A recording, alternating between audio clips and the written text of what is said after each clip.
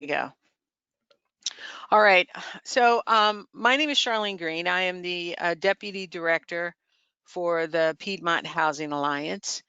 And I've been in that position since the beginning of this year.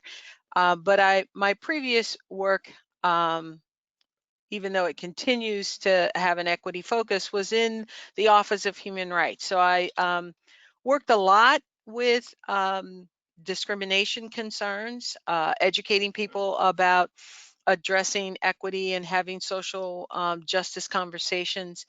And so my work has transitioned to a focus in housing and looking at how housing, the housing issues that we have today, can be addressed in a way that mitigates the things that have happened in the past and hopefully puts us in a place where the future looks better and brighter, especially for our young folks who want to live the American dream. And of course, that involves owning a home.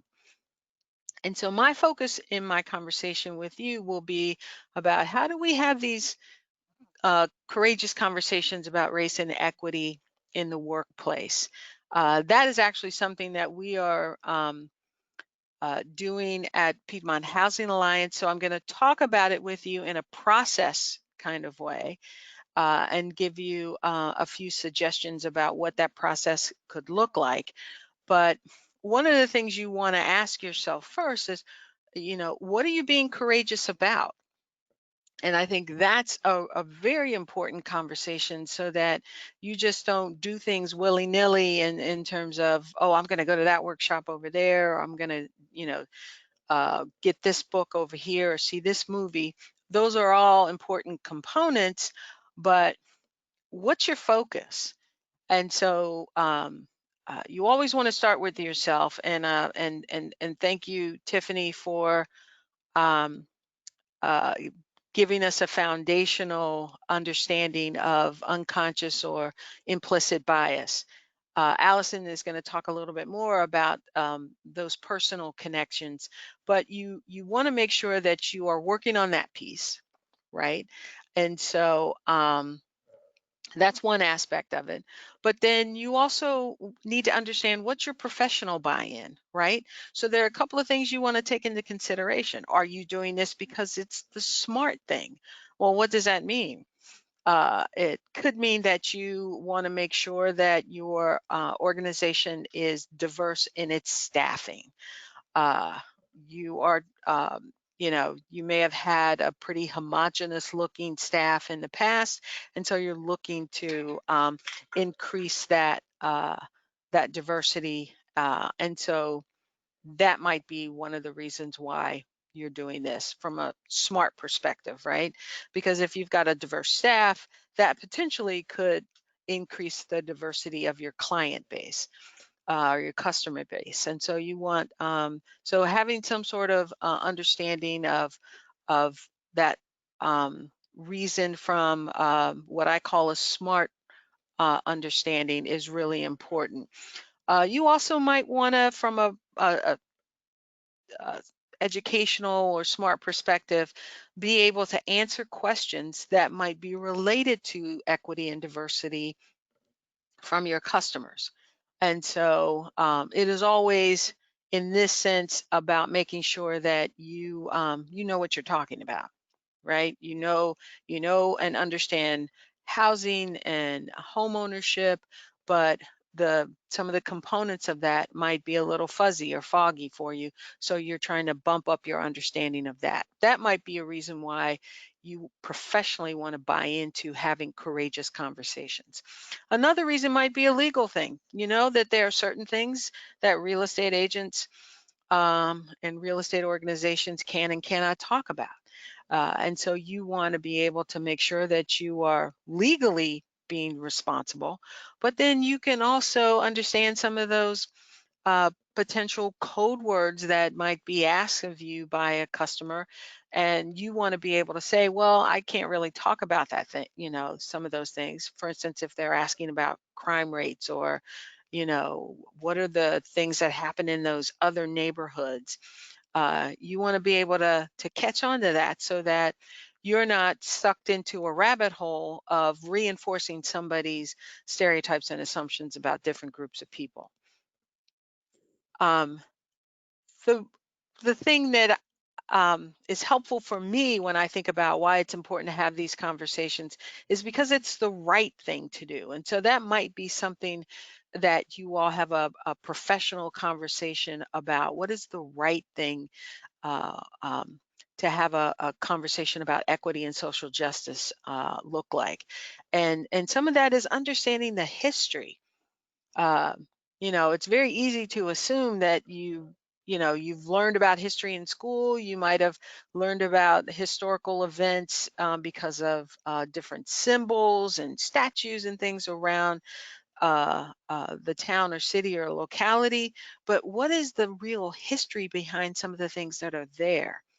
And so if you understand that history, you connect that understanding of history to all of the legal reasons why we've had to make changes throughout history in order to make sure that everyone has access to housing and financing for housing and the neighborhoods where those housings exist, then you're focused on making sure you're also concerned about doing the right thing.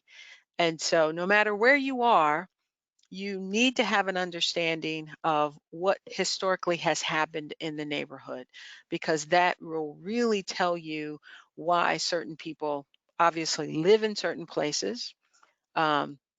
Just for instance, some of the research that's being done about the language in deeds and that restricted African American folks and other people of color from purchasing properties. They could work in those properties. They were given permission with the language to be in that space, but they could not own the land. They could not own the home. And so it's important to understand that, because that will be a reflection of how segregated certain neighborhoods are. So that should all be a part of why it's important to do the right thing. So, in thinking about, again, why you are having or why you should have courageous conversations about race and equity, reflect on why it's important for you and your organization. Is it about being the smart thing to do, the legal thing to do, or the right thing to do? It doesn't have to be one of those things. It could be about all of those things. So, what does that what would any kind of training look like in the workplace if that was something that you wanted to consider? You have lots of options in terms of people providing all kinds of training opportunities. This is one of them. The training that you all are getting with this particular program and curriculum.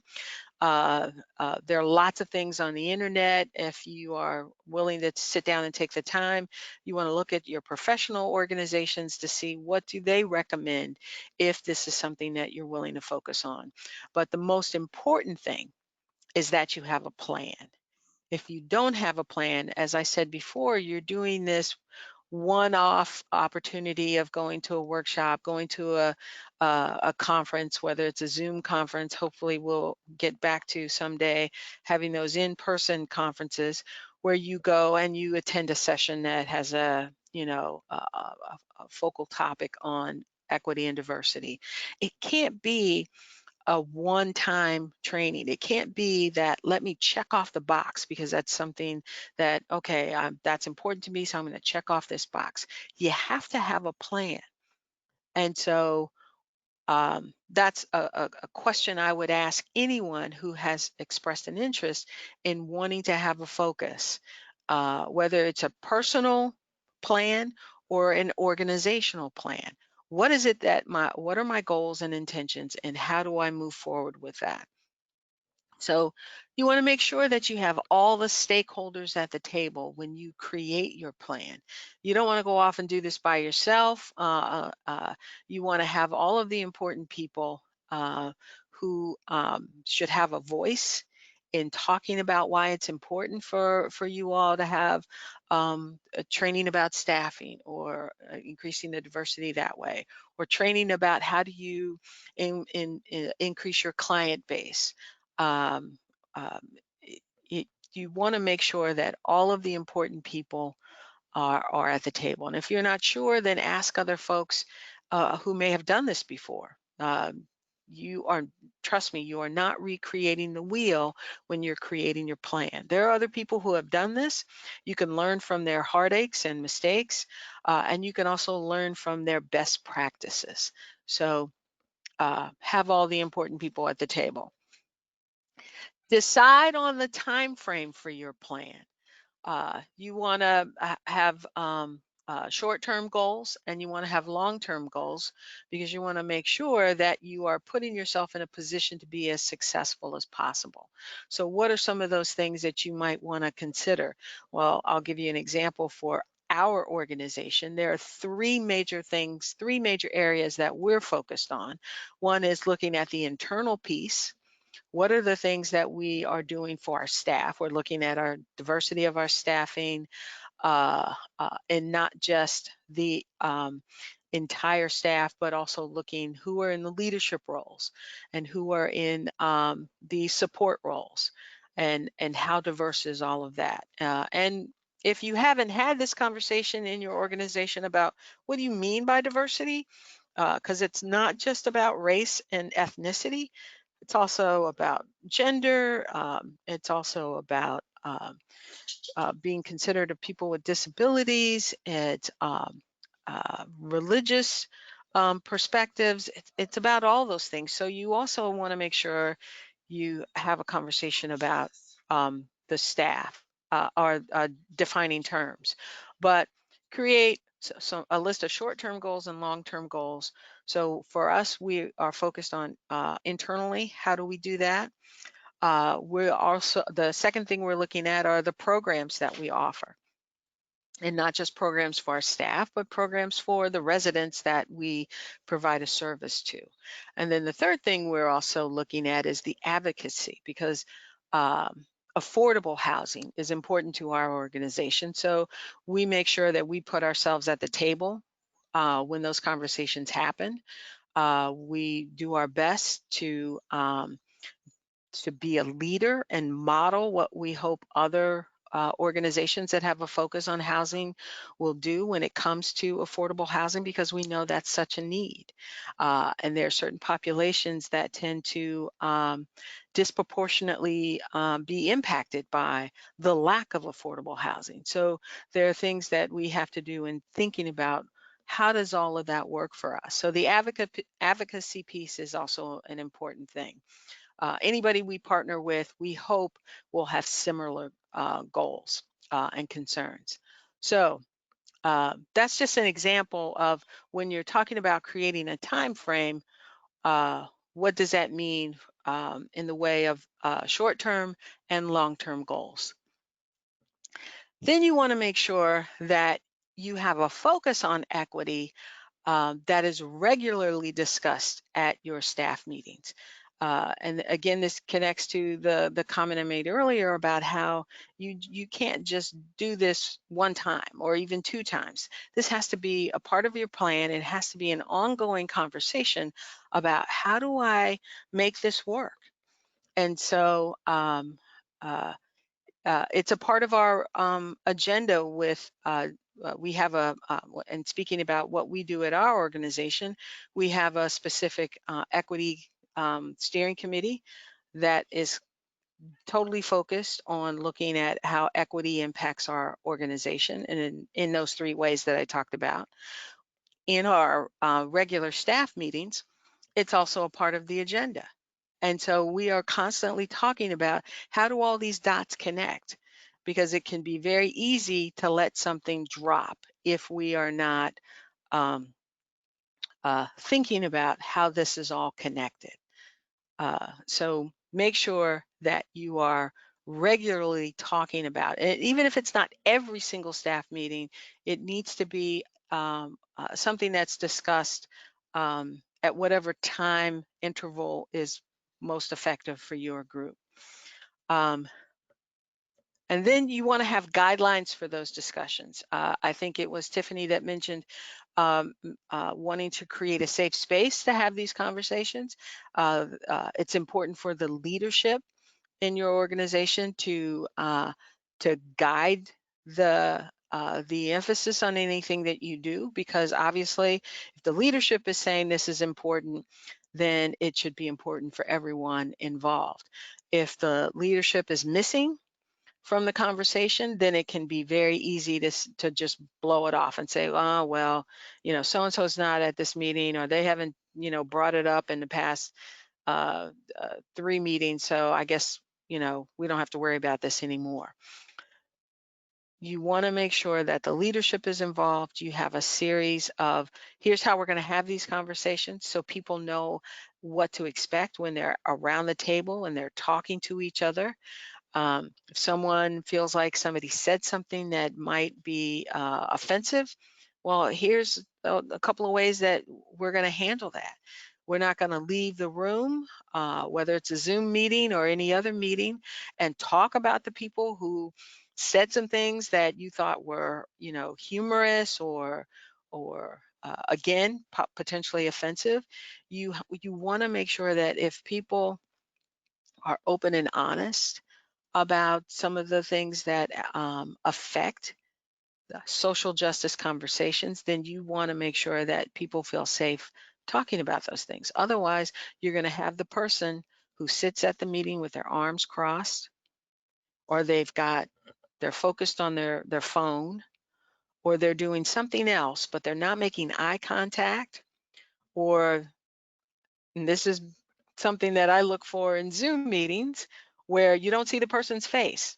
And I understand that every once in a while somebody might have to, you're eating, you don't want people to see you chewing, or you have to pop off and or hop off and go take care of something because the dog is chasing your kids around the house. I understand the times where you have to show an image on your screen. But if you can't see that person's face, then it's hard to see how they're responding to the things that you're talking about. And so is that a part of your guidelines for discussion? So something to think about in that respect with creating a safe space for having courageous conversations. And then you want to decide, well, how do we know we've been successful?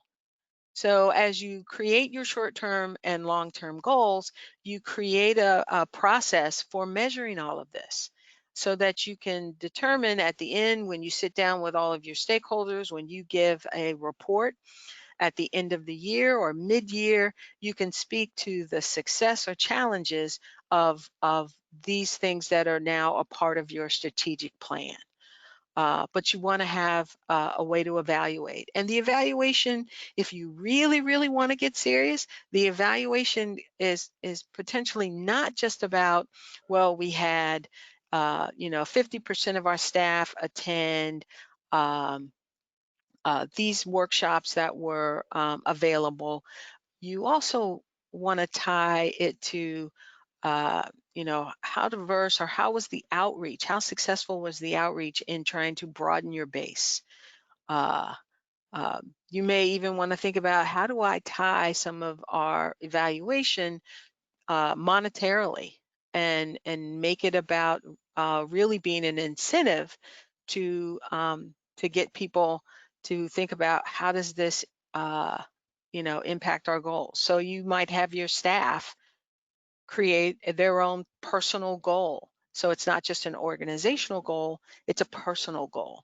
I'm going to make sure that my clients, I improve the diversity of my clients by reaching out in ways that you may not have done before because you just never thought of it. Those are things you have to have in terms of a conversation with your staff, with your organization, to figure out, how are we going to make this work? They are conversations that are never easy. They shouldn't be all warm and fuzzy and funny. You want to be serious about addressing social justice issues in the workplace, because the impact it has on the different populations of people in a disproportionate way affect them in very, very serious ways. You know, when you have folks who talk about, because everybody's got a story, who talks about the ways in which, you know, uh, when I got a real estate agent and they only took me to certain neighborhoods because they didn't think that I would fit in. Well, that's not their decision to make. It should be my decision to make, kind of thing. So you want to make sure that um, understand that if when you um, step into this circle of having conversations about social justice and equity and diversity, whatever words you want to use and however you want to define them, that it's a serious conversation. You want to make sure you make the commitment to not just talking about things, but creating action with a plan, and then checking in with other people to make sure that what you've got in place will help you be as successful as possible. So I'm going to stop there, and hopefully Allison is ready to go next. Allison is ready. Yes. Can you see me, Charlene? I can't. There we go. Now I can see your beautiful face. There we go. Hello, everyone. All right. So we had some pretty exciting technical issues all the way around this go round. So it's a pleasure to be with all of you. And so my name is Allison Lenny, and I'm the president of Allison Partners. And I spend most of my time doing work around organizational development and human resources, helping people manage conflict and facilitate, and what we often call at Allison Partners, the messy, complicated, wonderful people stuff. So things that happen when two people or 200 get together and try to do this thing called work and life, and what all of that means. And so we spend time facilitating and coaching and doing a lot of training and skill development. I help people with how to be a better supervisor, how to communicate effectively. And that's where I spend a lot of my time. I don't spend as much of my time doing what is so often called diversity, equity, and inclusion work, even though it is absolutely mission critical to how I do my work and how I try to live my life. I do some of it. I do things like this when I think that I can contribute meaningfully to a dialogue. But we thought, as we were putting this together, we thought it might be helpful if I talked a little bit about the real tangible, what can I do? If I care about this topic, if I'm one of the 49 humans, hello all humans out there who showed up today, and I do believe that these topics matter, and I'm trying to figure out what to do next. When I was working with CAAR and Charlene and Charm to design this, we thought people might appreciate me really diving into the tactical of what you can personally do to be able to stand into the work that we're talking about here. So that's what I'm here to do. My business is 20 years old, and part of how I got established so early in Charlottesville actually goes back to my undergraduate work and a lot of things that I did at the University of Virginia. But one of the most important things that I did, and this probably actually goes back more to childhood, to seeing on my parents' bookshelf all of the African-American authors that my mother had read for one of her English classes, Master's in English Literature classes. And I remember looking at them and saying to her, what are those about? And I probably was like 9, 10, 11, 12. And she said, well, why don't you pick one and see? And that was always my mother's approach to reading. Why don't you pick one and see what happens? And I picked the autobiography of Malcolm X, so I'm 47. It's an important part of the story here. In the 70s and 80s, the autobiography of Malcolm X wouldn't have been a book that was presented to me probably in any setting other than if I found it on my mother's bookshelf. And I read that book and felt my world turn upside down with a person that I admired. Malcolm became one of my heroes. It was years before I learned that much of academia teaches us to find Martin Luther King as our hero rather than Malcolm X. I do not pit the two of them against one another. They were both important people in that movement.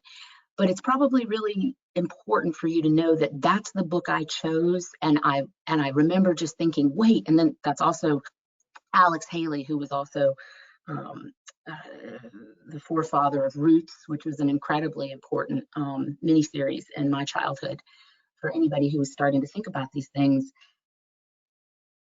I finished that book. I learned Alex Haley had died. I was mortified. I thought, oh my gosh, I can't meet him. How will I learn what to do? I share all this with you because today my job is to be just really personal about sort of the journey and how I came to this work. So fast forward, I would say that I left. I grew up in the South, and I came to the University of Virginia as an undergraduate student, and what is my self-defined term is a well-intentioned white girl, a well-intentioned white woman. I wanted to do the right things. I was horrified by things I had read. I was mortified that no one had taught me history that I thought was an important part of the story, but I didn't know what to do. I didn't know what to do with that passion and that energy. So I came to the University of Virginia, and for me, it was a woman named Dr. Greer Dawson Wilson, and Greer passed away 16 years ago this next month, November. And Greer is who I saw speak. She was an African-American woman, Black woman. She used both of those terms interchangeably. She is who I heard and thought, yes, her. I want to learn from her. I want to figure out how I do this work. And it's Greer that the reason I'm telling you all this, and when I finish, I've written a blog post. So by the way, if you're like, wait, Allison, you're about to tell me a bunch of books and how can I read them all? Don't worry. I wrote a blog post 2 weeks ago in preparation for this that will list out what I'm about to cover. And then I'm not going to go for too long because we really want to get into question and answer.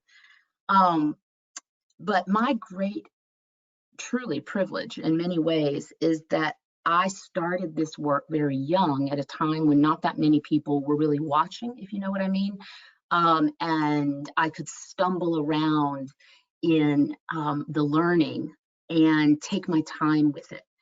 And so Greer did over time take me on as a mentee and a student, and over time a colleague, and truly became a second mother to me, and she opened the door to teaching me how to build new relationships. So one of the things we laugh about, and Charlene knows what's coming in this part of the story, when CAAR asked us to do this program, first of all, I was thrilled because CAAR and the Virginia Association of Realtors and Realtors were some of my very first clients when I first got started and barely knew how I was going to pay the rent or let alone buy a house one day.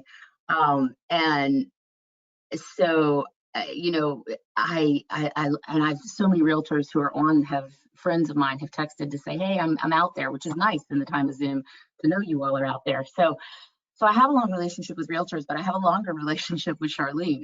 Charlene was my TA, teaching assistant in a multicultural education class. Charlene, I'm just going to tell them, like in 1992, 1993. So we have been friends and doing this work together for a long time. And so the whole point of this, I'm never going to be able to recreate for you all the work that I did. But what I did that I'd like to inspire people to do now is to slow down a little bit, actually. One of the great gifts of COVID, what I think of as a COVID silver lining, is that we're paying attention now in this other pandemic that is happening of systemic racism, of the murder of Black and brown people. And more people are watching and paying attention and noticing, and social media is helping us do that. And I am grateful for it. I am grateful for more people to be on board. I'm grateful for, in my hometown of Charlotte, North Carolina, a veteran posted a really powerful op-ed where he, said, wow, I think I finally understand why every time I said all lives matter, it was hurtful. I thought it was patriotic, but I'm starting to understand why Black Lives Matter is something I can claim too. Why when people say, and those were conversations we've been having for years, decades, depending on how you want to count, but certainly in 2020, something has happened. Something has shifted. There are more people willing to say, why might this thing I say or that thing I say hurt? And so I'm excited about that. At the same time, I want to help people do the work and go a little slower. And especially if you happen to come to this work as a white person, what your work is we're still figuring out how to teach that in schools and in the workplace. And Charlene covered a lot of those different things, but we need to do a little bit of self-reflection. So that's why we named what I'm doing here today, moving from awareness to inclusive action. So how do you become truly more self-aware? How do you possibly take the step into allyship? Knowing that one of my favorite authors right now, a woman named Robin DiAngelo, and I'll talk about her in a moment, will say that I as a white person can never declare myself an ally. That is not mine to label myself. That someone else must choose that for me. And I have to be careful about declaring myself as woke or having done the work and been there and done that. So as I was preparing for this, what I did was tap into so many of my Black colleagues, especially, to really have them help me think about what was the journey of the work that got me here, on understanding a lot of it I did 20 years ago, and these books didn't exist then. But there's so much out there right now. And I know if you're on this webinar, you care, you showed up. So here are a couple of high level lessons, and then the work that I think you might want to do, and go a little slower, maybe even than your passion tells you to right now. So I think one of the most powerful things we could do is quit making people of color have to explain this to us. To no longer have a debate about it and just say, I get it, I believe you. Some of the colleagues I was getting ready with, said to me that every now and then they'll post something on social media. Maybe they'll post, here is my beautiful young Black son. And I know I'll get a lot of likes for him today, but 10 years from now, you're very likely going to see him as dangerous. And the sheer number of people, and often white friends, who will come back and comment, no, I never would. No, not me. I won't do that. I won't be a part of that.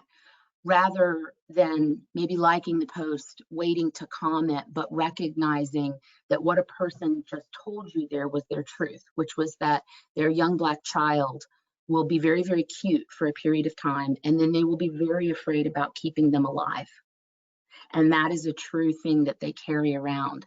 And if we could not try to, as people on a journey, trying to do good work, wanting to be allies, if we could not try to explain how I would never do that, or I'm not one of those white people, but rather accept our sort of role in the whole thing, that whether we did anything personally, we do enjoy privilege and systemic things.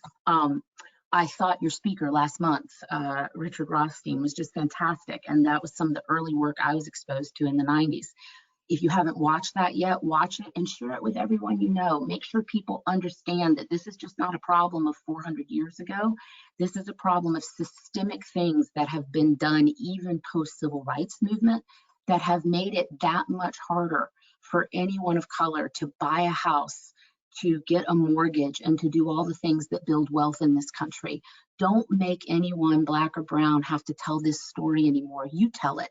You tell everyone you know, and you tell everyone you know that as a realtor, you want to do what you can to change that, and you're trying to find out. And you can be honest and say, I don't know what that means yet. I don't know what my role is, but you take on these stories, you take on this horror. You be willing to call what happened to George Floyd a lynching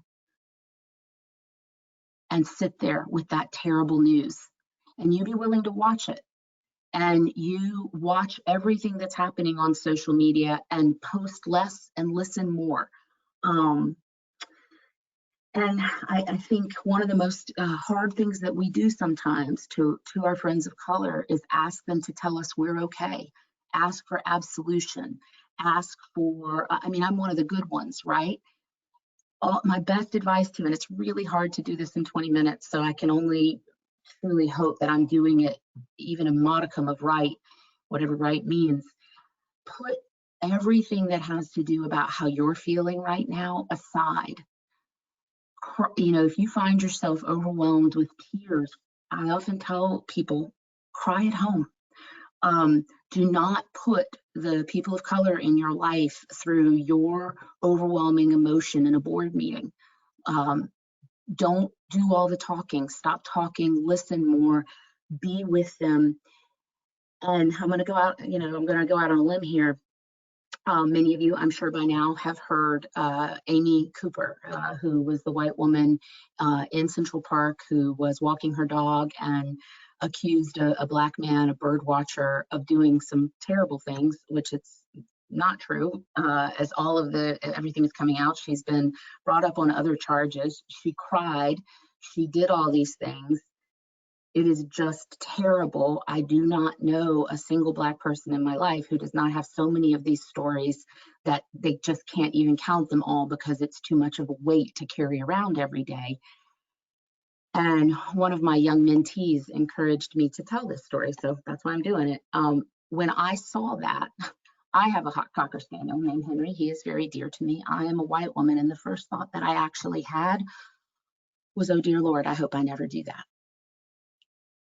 And I share that with you to say that I'm not trying to put myself out there as someone who's doing it exactly right. I'm letting you know that for me, doing it right means actually never thinking I'm done. It means continuing to learn and recognize that some of having grown up in a system of privilege that is systemically set up this way is that no matter how good I do, no matter how great my intentions are, I will often do or say something hurtful. And what I want to do is I want to minimize that. I want to do all the work I can to keep that from happening. But anytime anyone brings it to my attention, I never want to get defensive. I always want to make it safe for someone to tell me how something I did was a microaggression, whether it was on the dimensions of race or other dimensions of diversity. So those are some of the key messages that I hope what I'm about to show you might help you to get to. And like I said, I'm going to do this part very quickly, and then we're going to get into Q&A, and Charlene is going to help me know if I missed anything because she knows the spirit of some of what I was trying to get to. Book number 1, okay. This is Overcoming Bias, and it's so wonderful that Tiffany could fill in for Charm. Another Tiffany, one of my dearest friends and colleagues that I work with, Tiffany Jana, wrote this book to really be kind of if you really want to understand what bias is, but then you really want to do the work. There are 9 chapters, 9 activities.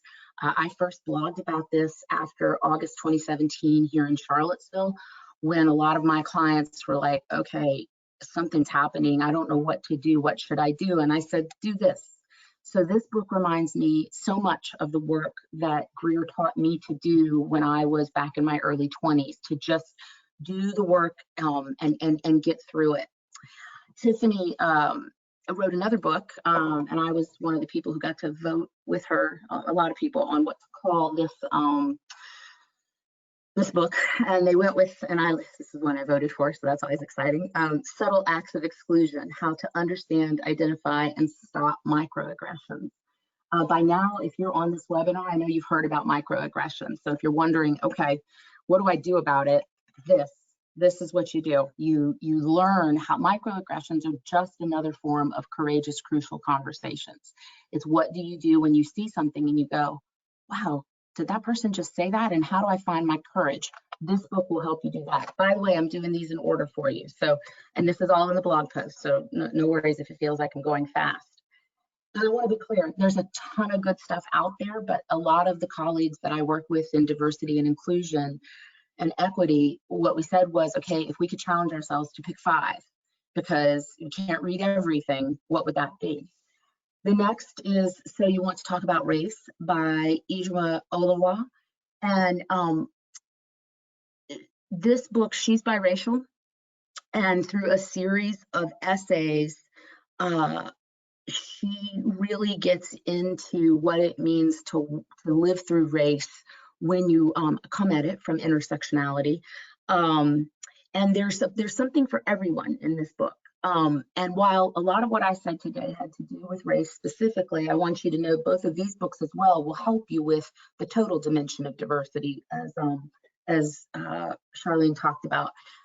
But this book especially, so many of my Black colleagues and friends right now have been saying that they got tons of stuff out of this for thinking about their own contributions to what's happened in this work, and what is next. So this is the next one.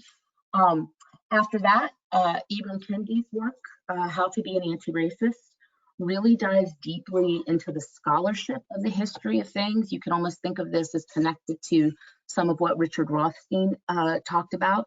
It's dense, it tells you the history, it means that you no longer really need to question whether or not it's happening. And it really talks about this word anti-racism and what it means. The last one is one that has created quite a bit of debate in the diversity and inclusion world, and it's White Fragility. And if you were to Google it, you can figure out what all the debate is about. The reason I like it, and so many of the colleagues I work with like it, is that it is by a white woman, written in many ways for white folks to help them really come to grips with so much of these words around privilege and the things that very often white folks do that may make this work even harder for everyone, even when they have the best of intentions. So I know that's a lot. It's a lot of reading, but these are, in fact, the 5 that I suggest. And then the last thing that I suggest is to immerse yourself in everything that a Black author has ever written. And I know that's a heavy topic, but in the blog post, I've shared the 3 that were powerful for me. Many of you may have heard of Maya Angelou. I got all of her books out because I remember when I told my friend Greer, oh, I read I Know Why the Cage Bird Sings, and I kind of wanted a trophy of some sort. And she looked at me and went, "Did you know Dr. Angelou had 4 more?" I said, "No, ma'am." And she said, "How about before we talk about this one, you read all 4 of these and then talk to me?" And I said, "Yes, ma'am." So that's what I know to do. I know to read, I know to listen. I've put it in the chat to everyone, the blog post that I wrote with all of this. But on that note, I think I'm going to stop.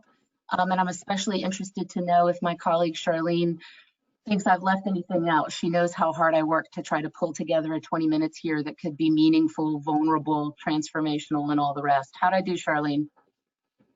Well, I'm not going to evaluate.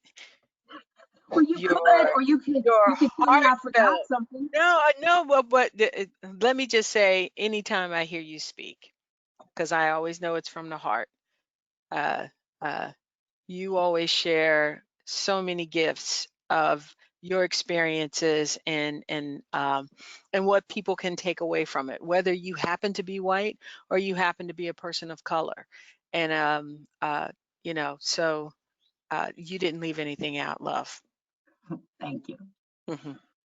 And like I said, I put the blog post in the chat. I hope that's helpful to people. And there's a lot of other links in there that'll give you more of the stories that I've told. But I think we really wanted to get to Q&A, right? Shannon, are you running our Q&A? That's right, I am. Thank you. And thanks to all 3 of you for the information and the incredible, powerful insight. And I do want to open it up to Q&A. And for anybody who can't see us, Tiffany is on with a headset. So we think we'll have some better mic on her. Press that, hopefully that works. Yes, that sounds quite a bit better. Thank you. So definitely shoot us your questions. Don't forget, you can do it in the question section or even in the chat section of our GoToWebinar. But I will start. So our first question is from one of our African American CAAR members to Charlene. And it says, could you please clarify that safe doesn't mean that I, as an African American, can't tell my truth? That's a great question. I think, whatever small group you create, you all have to define what safe means for you. And it's going to feel a little different because it won't be perfect for everyone. Because if, as a person of color, if I'm in a group, if I don't feel comfortable, I'm not going to say everything that's on my mind. I might sit back and listen. I might respond in some small ways to throw some stuff in there. But if I don't feel like I'm going to be heard, or if I feel like if what I have to say might impact the relationship, especially if there's a power imbalance, then I'm not going to say anything. So it may take a while for the feeling of safety in group discussions like that, especially at the workplace, to even happen. I mean, I think about my experience in getting into just facilitating these kinds of conversations. There are lots of things I held back because not only was I trying to pay attention to what everybody else was trying to say, but I'm thinking about where's my head at in all of this conversation. And so if the group discussion happens in a way that allows everyone to speak, then it's going to take layers and layers, which involves time to get at some of those feelings that are deep down, open and honest, and people need to be prepared to listen. So, that's a hard question to get an exact answer to, but I think some of that creating a safe space depends on what is it that people want to say, how we're going to treat each other in those kinds of discussions. And I leave it to my colleagues to add anything to that. Yeah, this is Tiffany Patton. So one of the things that we constantly share with people is when we're thinking about a safe space, in order to do that, you really need to create some rules of engagement. And so before any conversation, especially one that is going to be a heart conversation or a conversation about your experience, it's going to be important to create some norms. So what does respect, and you were kind of alluding to this, like what does respect look like? What does it sound like? What does it feel like when it's present? And so creating sort of that parameter or guideline of like, we can't have this conversation once. What are going to be the rules so that we can engage multiple times? Because it's challenging to really create a safe space. And even with norms, it's challenging to create a safe space where you can share your personal experience and feel validated. But I think, again, it's starting off that conversation with what are going to be our rules of engagement, what are our norms around how we're going to talk about concerns like our lives around diversity, inclusion, and equity, around racism. That I think you were kind of sharing a little bit of that you were talking about respect, but again, about how are we going to engage ourselves and how do we hold ourselves to those norms and know like this might be a time to pause. Thank you, Tiffany. And actually a follow-up question for you. How might unconscious bias show up in my personal life? As you can tell, so we talked about, hopefully we'll hear some of that, but it's an everyday thing. So we're all conditioned, we all grew up in different ways and in different spaces. So it's in the products that we buy, it's in who we engage to do a service for us. It is who we feel safe and comfortable with. Implicit bias and conscious bias shows up in all of these ways. And oftentimes one of the things I hear is, if you're driving down a neighborhood that seems unsafe, that you've decided for whatever reason unsafe, you're locking your doors, or you're crossing the street to get away from that person. Those are things that our unconscious bias kicks in, right? Because we're trying to find a safe space or find safety. But I think part of that is that unconscious bias has already happened. What is it about that person that is creating this thought that this person isn't safe? You know, is it because of how they look? Is it because of what I'm seeing on TV about a certain neighborhood or a certain community or a certain person? Those images that happen since we're little, all the way up to an adult, those things start to be ingrained in our brains and happen. So unconscious bias, it shows up in all kinds of ways. Really, what you're buying, who you're talking to, who you even think is going to be a great person. We talked about that halo effect. Who the people who you know are never going to make a mistake. I just love them because they love the beach and they love dogs and they're just perfect anyway. But it does show up in all those spaces, in hiring practices, who we're going to offer a job to, who we think is the best fit is one of the pieces that I talked about. But so many different ways. Really, it's inherent and ingrained in us. We just have to be aware of, like, what I call the stop and pause. That felt weird to me. I don't know why I felt that way. Let me take a moment to think about that. Why did I cross the shoulder? Why did I make that assumption about this person? It's challenging because sometimes you're like, I've stopped and paused 100 times today. You know, but I think you have to do that. You have to ask yourself, like, why am I feeling this way? What is that feeling? But again, it shows up in so many different aspects. And I think some of what's so beautiful about what Tiffany is saying is being brave enough to just notice it, to be willing to be like, wow. I mean, one of the stories my family likes to tell is, like, I was like 4 years old in Sunday school, and they brought in a male nurse. So remember, I'm 47, so this is like 40 years ago. My father's a physician, by the way. And for those of you who know me, I'm not much different at 47 than I was at 4.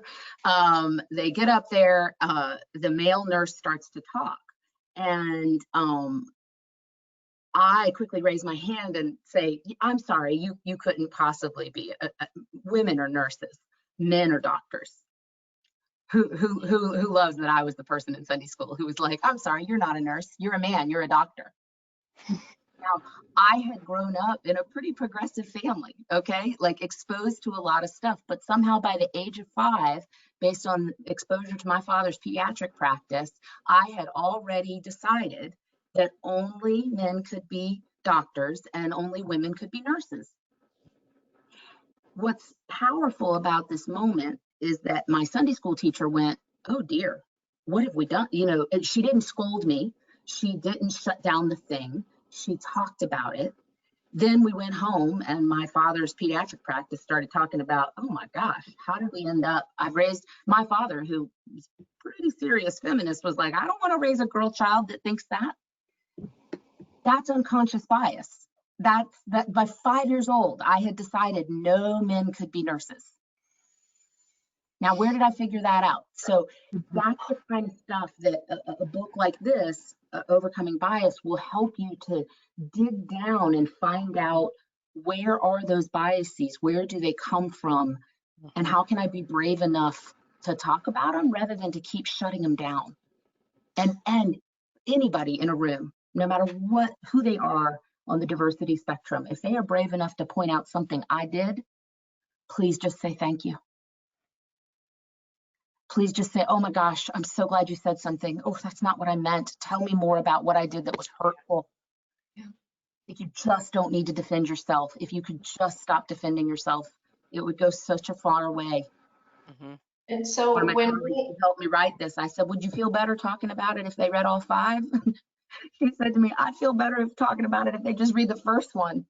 That the sheer number of people, and I'm going to go there, especially white colleagues, who have, I mean, one of my goddaughters told me, you know, she'd been in college and like everything happened this year. She's Black, and a white girl that she met in school, you know, texted her after George Floyd and was like, I'm just so sorry. I'm terrible for what's happening. And if you need to cry on my shoulder, let me know. And my goddaughter was like, why would I cry on your shoulder? Do you know what I mean? Like, why do you think we met like last week? So if you get into a book like White Fragility, you're going to learn that very often a misstep that we make as white folks is we force intimacy. We demand trust. We are just shocked to find out that people would not instantly trust us once we say, I'm a good person. I'm a good white person. And none of that, I'm not blaming you for any of it. I don't want you to be guilty, because nobody ever acted out of guilt or shame in a powerful way. But I'd like you to be responsible. And those are the gifts that were given to me by so many people. And the only thing I did was listen. Thank you. And so, and part of this obviously is we're all increasing our awareness of our unconscious bias within ourselves, but we're obviously going to be faced with dealing with what other folks might say in front of us and having the courage to say something. And obviously that's going to be even more difficult should it come from a client. Do you have any tips on how we could address inappropriate comments that come from a client? Charlene. I think that's a very fine line you want to walk, because obviously you don't want to lose a client unless they've crossed a line that really is so offensive that you couldn't see yourself because of those things I talked about in the beginning, with whether it's a smart thing, legal thing, or the right thing. If for you they violated that that principle of it being the right thing for you when with something they may have said, then it might be somebody that you intend to drop. But if not, you think about those non-defensive lines or responses that you could come back with, well, that's something to think about, but you know, I could give you some more information about that so that you could have more to think about. Or not a whole lot of people in this area believes what you may have brought up. And so, you know, again, let me, when we get back to the office, let me show you or share some things with you that might help you understand some of those concepts a little bit better or in a different way. It's something that I've had to help teachers with. My background is in education. And so I still today continue to work with educators on how they respond to sometimes students, oftentimes families, where they say things that are incredibly offensive, but their response has to be one in which they are not having the school board or, you know, a whole another organization of parents come after you. And so you want to be mindful of how you respond. Hopefully always educating people about, well, there's a different way to think about this, or I don't necessarily believe that, but we've got some other folks, you know, here's some information for you, or if you're trying to understand where they're coming from, because sometimes when people say things, they're not often asked to explain a little bit more about where they're coming from. And when the words start coming out of their mouth, then when they actually hear themselves say some of the stuff that might be offensive, their words start to trail off because they don't know what else to say. And so I would encourage folks to have a few lines ready. You will never always be 100% ready, because for as long as I've been doing this kind of work, where I think I've heard it all, there is always something that comes out of the blue and blindsides me, and I'm like, okay. And hopefully I will have time to really reflect and say something witty or informed, but sometimes I'm like, I got nothing. Charlene, I want to quickly add, so last week for the Chamber of Commerce Business Women's Roundtable, we had Yolanda Coles-Jones spoke. And one of the things that Yolanda said that has just stuck with me is courage is doing it afraid. And I think one of the powerful things we have to do from time to time is do a big, bold thing. Yeah. And I know I do not take lightly how radical it would be to walk away from a customer who did something you couldn't live with. Please know that I do not say that as an offhanded thing. I can also imagine you thinking, but how will anyone, it's not like anyone will know I did that. But you will know. You will know that you started being unwilling or you will know that you were brave enough to try to have a conversation. And where I spend most of my life is around having teaching people how to have difficult conversations. So, you know, without a doubt, Crucial Conversations is my #1 go-to book for anything hard you got to talk about. But especially this, so, you know, I just really went book club on you here, this subtle acts of exclusion on how to address microaggressions. Part of why I love Tiffany's work so much is it's just real tactical. You know, so she talks about a class that she was in yoga, where the yoga teacher kept talking about how they felt gypped. They were gypped that they didn't do this, and they were gypped that they didn't get this. And Tiffany, who's a trainer, so she's pretty good at this, she said at some point, she said, hey, I don't know if you know this or not, but gypped is actually kind of hurtful. It comes from some derogatory terms around gypsies. And what we believe about that community of folks that choose to live their life that way. So if there's any way you could maybe think about not using the word gyp, that would be awesome. And a lot of people will be like, gyp's a bad word? I didn't know that. Do you know what I mean? Like, so where do you go for the list of all the bad words? You can't. You're going to learn, but you make it safe for someone to tell you, and you practice. So I bet every one of you as realtors has a list of things that have happened. You know what they are. Rehearse what you want to say right out of script. Tiffany, would you add anything? How'd I do? No, that was great. One of the things that I give to educators, oftentimes when I'm working with them, is IQEE. Interrupt. So stop and address it. Check your tone, especially if it's an emotional moment for you. So that's the I. Q, question. Ask simple questions, open questions. Do you know where that came from? Do you know where that phrase is? Can you tell me a little more about why you said that or using that term? Educate, which I think you hit that nail on the head. Educate, offer some context or history if you know it, behind the word or behind the phrase or the thing that they're using. And then echo, add your voice. So if someone's there, Allison says, you know what, that's not cool. That was uncomfortable. You feel good? Then I'm going to echo, you know what, gyp is not a good word. We really shouldn't use that. That doesn't make me feel good either. So interrupt. If you don't know what to do, if you're a leader in a room, any room, if somebody brings up something, especially if someone of an underrepresented group says something, you can say, oh, I'm so glad we're talking about this. Let's just take a pause. I know it's uncomfortable. I know it's weird, but I've been thinking about how we can make it safer to do this work. So let's just stop. Everybody take a breath. And let's see if we can get our way through it. So that's. I think, you know, what both of you have said is one of those things that I try to continually tell myself, but also tell folks, just give yourself permission to make a mistake.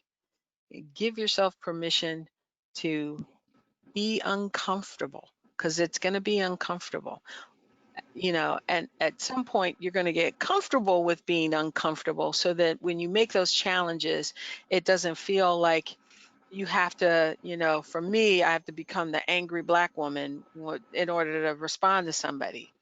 It's like, no, I'm just being Charlene Green, and what you just said, you know, doesn't feel right, doesn't sound right. And so give yourself permission. And so I know we've got more questions. That was a great exchange.